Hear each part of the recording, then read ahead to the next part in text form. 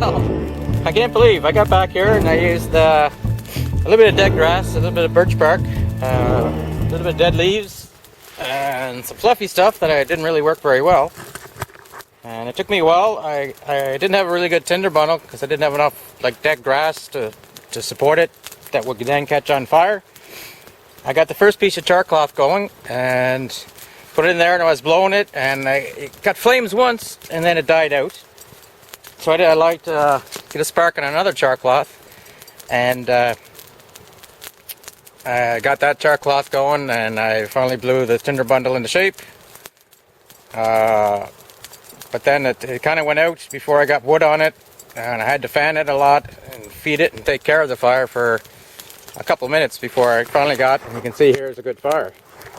Now the reason why I explain this all to you is because I thought I was videotaping it, and it ended up I was just describing and talking into a dead camera. But there's my fire and steel tinder number 2. Still going. I don't want to build much of a big fire. I got a little pot of water in there boiling up for some kind of a hot drink. Even though it's kind of warm here anyway, but maybe it'll fool the body into thinking that it's colder out. And I think this battery's almost toast, so I have to go with the other battery. And then we were talking about char cloth, and I'm going to try to make char wood out of punk wood. So that's the second part of this video. One was starting another flint and steel fire, which I unfortunately didn't videotape, and now it's charring some punk wood. So you know, you don't have to cut up all your cotton clothes while you're out and make char cloth out of it, so you can do it with wood. So we'll try that out. But I gotta get new batteries. Hang tight. What is punk wood and how can we char it? Well, first you gotta find it, and it can be found in I guess the best is pine or spruce or something like that. It's dead wood that's not completely rotten. It's kind of punky, it's kind of spongy kind of thing like that. Dead and not very wet. So you find it in stumps is a good place to find it, or fallen trees. And for instance there, this stump, not a stump, but a piece of wood that is probably pine, because there's a pine right over there. But you see this inside part? It's all half rotten and soft. That's what I'm looking for, I guess.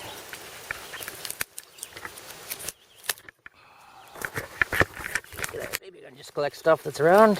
Don't need a whole bunch of it, really. Oh, there's a good piece, I think.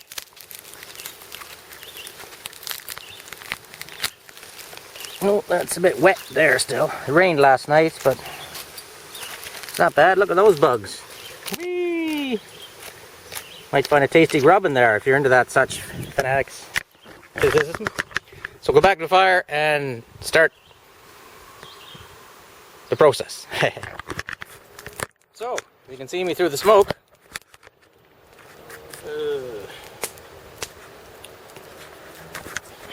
How bad that is. That might die down. But anyway, let's just go look up here. So, I'm going to take my char cloth tin. Same one I used for char cloth, yeah. Char tin, I guess I should call it. I'm going to get some of these pieces of that punk wood, or what I believe is punk wood, and just jab them in here.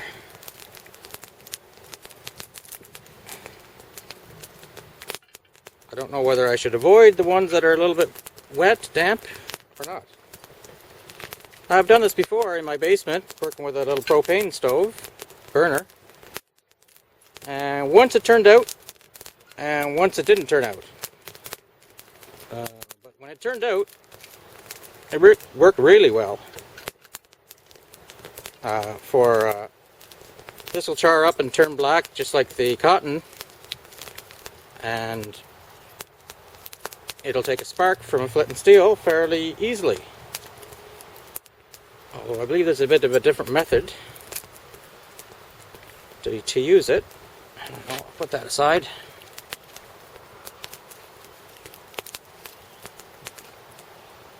There's the last piece I think will fit in there. I'll put this one aside. So, just like before, line the holes up, and we'll make room for this in the fire. Oh, I guess I'll show you that, eh? Smoke's going down a little bit.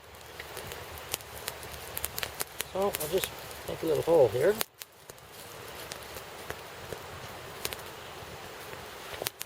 And we'll toss that in. Oh, even got some all-around fire there going.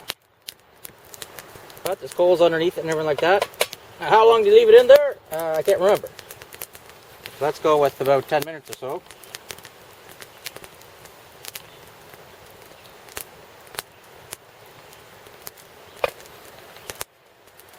And then we'll check it after that. Phew, don't have to worry about bugs on me anymore.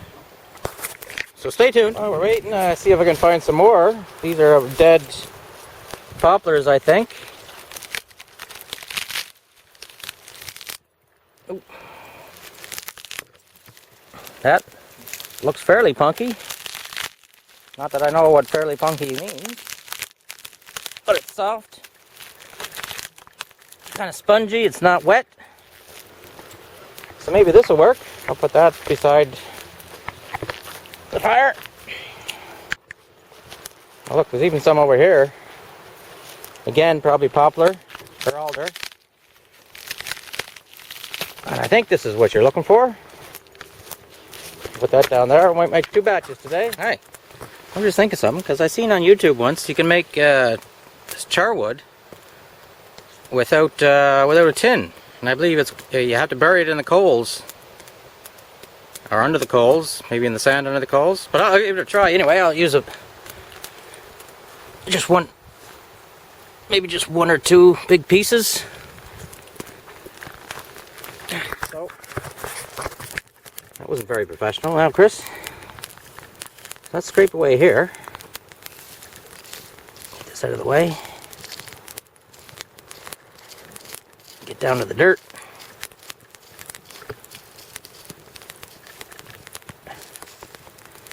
Maybe it might work.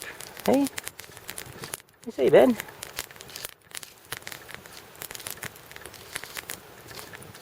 Okay, let's put a couple pieces in here this way. This way. This way. Let's bury them up again.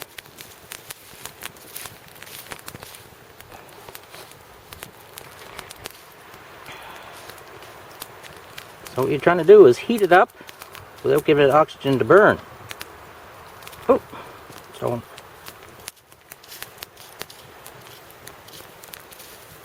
put it on like that. We'll drag a few coals down on top of it. We'll keep dragging down coals, I guess. There.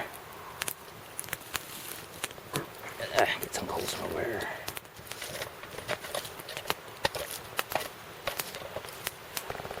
There, we'll see how that does. We'll check the time. They went in at 1808. It is now 1822. So that's when that other batch went in. So let's take our tin out.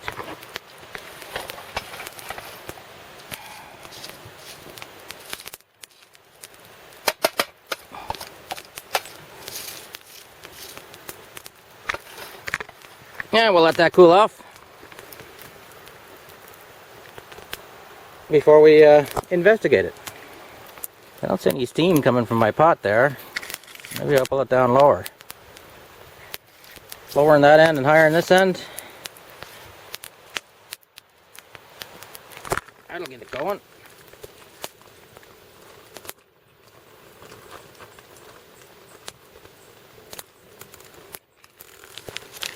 This is Nescafe 1+2.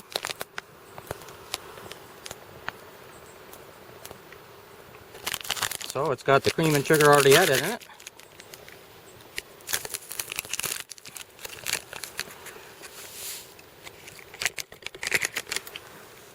That'll burn. So we'll stir it up a little.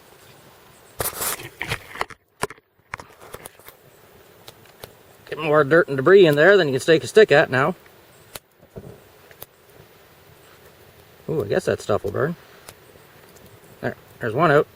The other one can stay in there for good luck. Now then.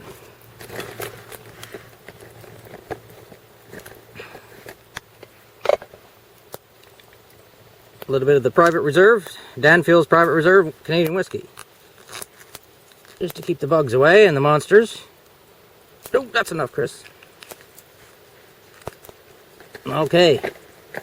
Let that cool down. I should try to get that other bit of garbage out of there.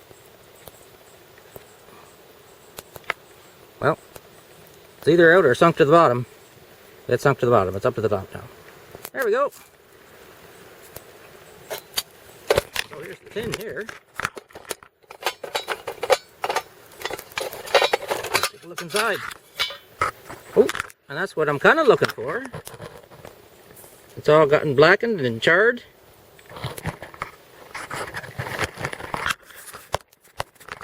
I think I'll let it cool down a bit more.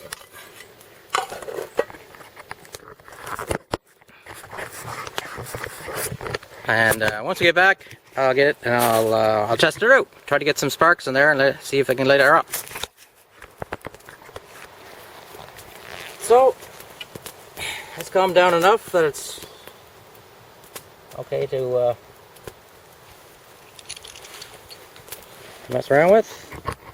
So there it is. Now instead of holding this on top of a flint and striking it with a striker, the way I see it used is to leave it in the tin and then hold the striker like this and then bring down the rock. Stone, flint, whatever you got.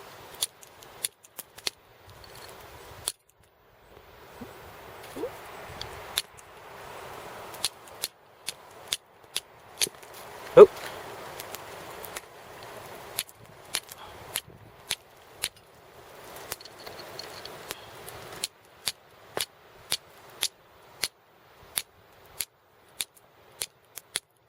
There's definitely sparks hitting it.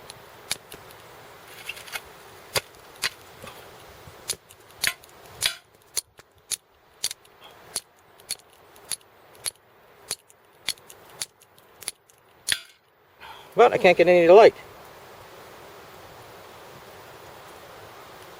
So what did I do wrong? The wrong kind of wood? Did I leave it to cook enough? Yeah, it's charred all the way through. Did I char too much? These are all possibilities. Let's try again.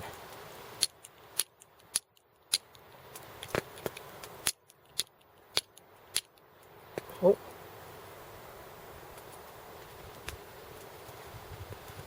You see there?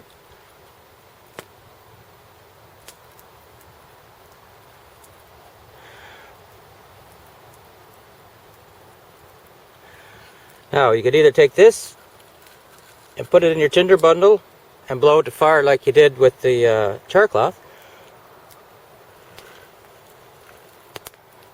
or you can leave it in there. Try to get others going too.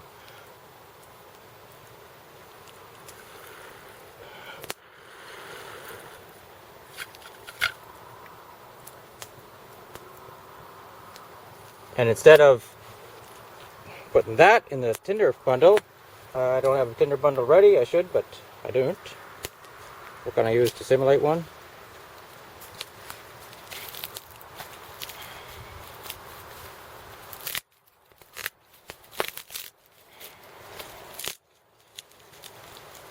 I'll just say this is your tinder bundle, then you could hold it down right over the top of it.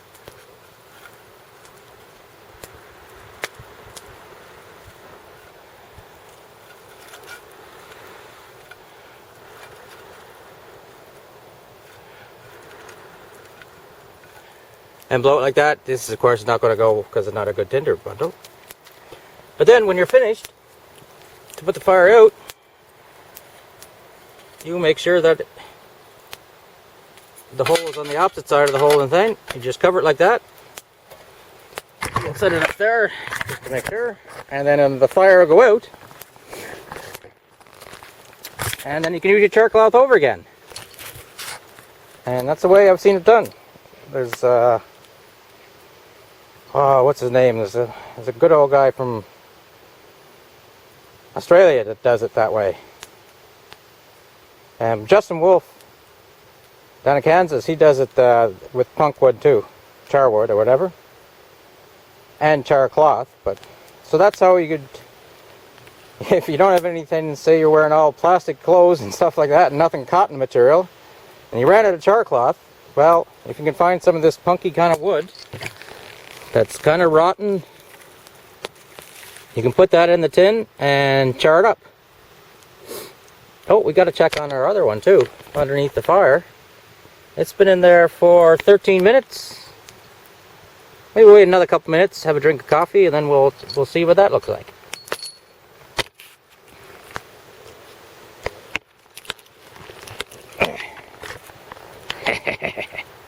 Oh, there's more dirt and floaty stuff in here than you can shake a stick at.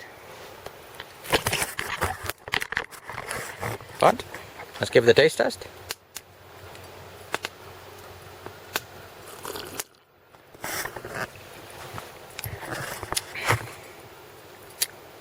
Not bad for instant coffee. The old Canadian rye whiskey helps a lot though. I let it cool down enough so it's actually enjoyable this time. Now I should buy a Ziploc bag to put that char wood in, so I can use the tin over for another batch. Just keep making batches of it up here. Because there's nothing particular else pressing to do. I got some other stuff, but that can wait till later. And that's inside stuff, not outside stuff. Okay. Okay, 15 minutes it's been buried under here. Hopefully my camera doesn't melt. I'll put some of this stuff out of the way. Oh, we got a runner. Get back up there.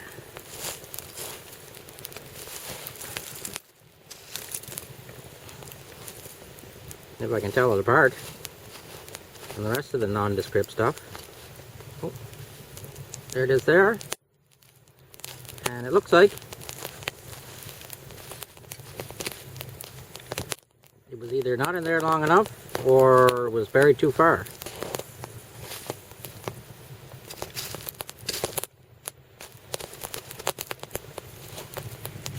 So let's try covering them over again.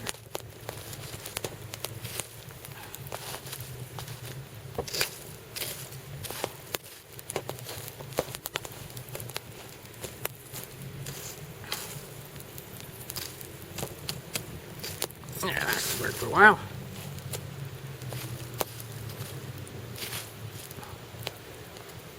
Now we'll drag these burning pieces over top.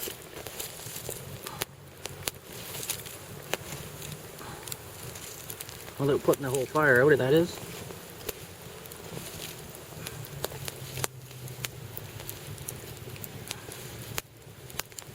I know heat rises and everything, but it should still work, I think.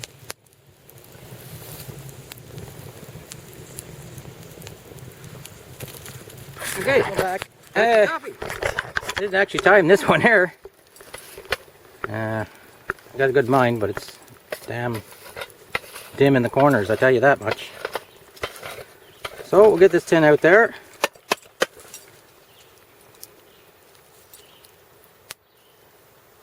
Let's leave those other ones in the fire longer. And I went back and I got 2 more tins because I had to go back and get a brewski. And just so you don't have to get fancy with your tins with Altoids, these are sweet tarts in a metal can, and they work just fine. The kind with a hinge on them, so you don't necessarily have to put a hole in them because enough air will escape through the hinge part.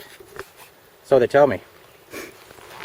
So I got it loaded up with more punk wood, and after these are done I might have just enough, because as you can see walking around, there seems to be this punky wood fairly readily available. At least in my my bit of paradise here, anyway. So we'll build. And with that, All hail Anheuser-Busch. And or Molson, because I think Molson makes it up here in Canada. Much better product up here in Canada. I hate to say it, but it is. And yeah, that's a challenge. Somebody come up here and challenge me with saying it's not right. You bring a 12 pack of beer or a 24 pack of beer from down in the States. I'll get a 24 pack of beer from Canada. We'll sit down. We'll have a man-to-man challenge. And at the end of the night, we won't really remember, or the next day we won't really remember who won, but we'll have a hell of a time doing it. There, I've said it. I put my foot down. Well, that one shot of a rye really makes me a tough guy, doesn't it? Okay. Those two tins out. I can cool down and check them out later. Put another tin in, my original tin.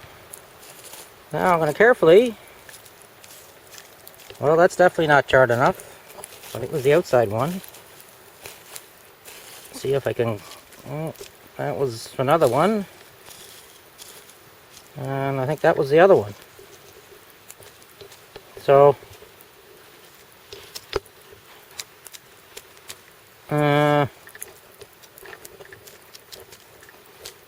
so they're not charred at all. Maybe they have to stay in there really long. I'll have to go back on YouTube and because I think my favorite guy, Derek Feria, did one on charring wood without a steel container or whatever. Whatever he did, I'm not doing it right. So that's not like it's a chore to watch Derek do his work, though. He hasn't put out a new video in a while, though. Either that or... The nice cold beer is a lot more refreshing than hot coffee. Mind you, that coffee was good. That Nescafe 2-in-1 with a little bit of rye whiskey in it. I think without the whiskey, it'd just be ho-hum. You know, not a real strong taste of coffee, and it's got that powdered cow stuff in it. Eeh. What the hell that stuff's made out of. Anyway, that's what I got in my little bag there. I should put some more just plain coffee in there, because I got a couple of boxes around. Almost time to restock it, eh? Yeah. Something good here. So thanks for coming to the woods with me today. I gotta go back, do some more chores inside. My brother Andy, or Aaron, and my dad's coming up here tomorrow afternoon, I guess, and we're gonna have we might go fishing, and then I'll show Aaron around here. He was here once, but that was 4.5 years ago. So a lot of things have changed since then. Okay, so that's it from here. A little video about making char wood instead of char cloth. Because you don't want to burn the last bit of your clothing to be able to light fires. You want some natural resources. Unless, of course, you were in some kind of survival situation and you were with another person, say Shakira or Shania Twain, then you would definitely want to make char cloth out of every single bit of her clothing. Yep, no matter what it is. Explain to her that her clothing is definitely the char cloth material. Yeah. Yeah, if that ever happens to you, write me an email and tell me how it worked out. So anyway, Chris, out for another ride.